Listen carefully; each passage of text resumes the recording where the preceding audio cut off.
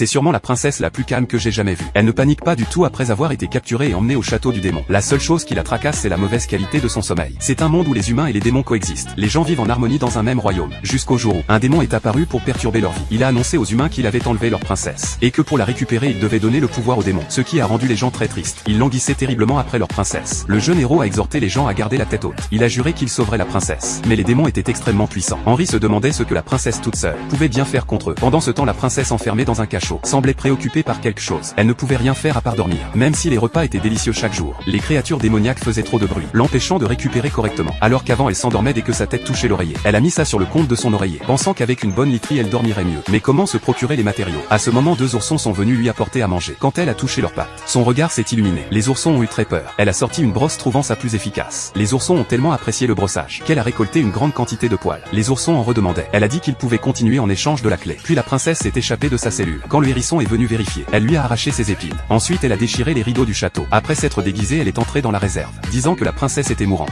et qu'il fallait des herbes rouges, jaunes et bleues pour la soigner. Ainsi elle a rassemblé les matériaux pour son oreiller.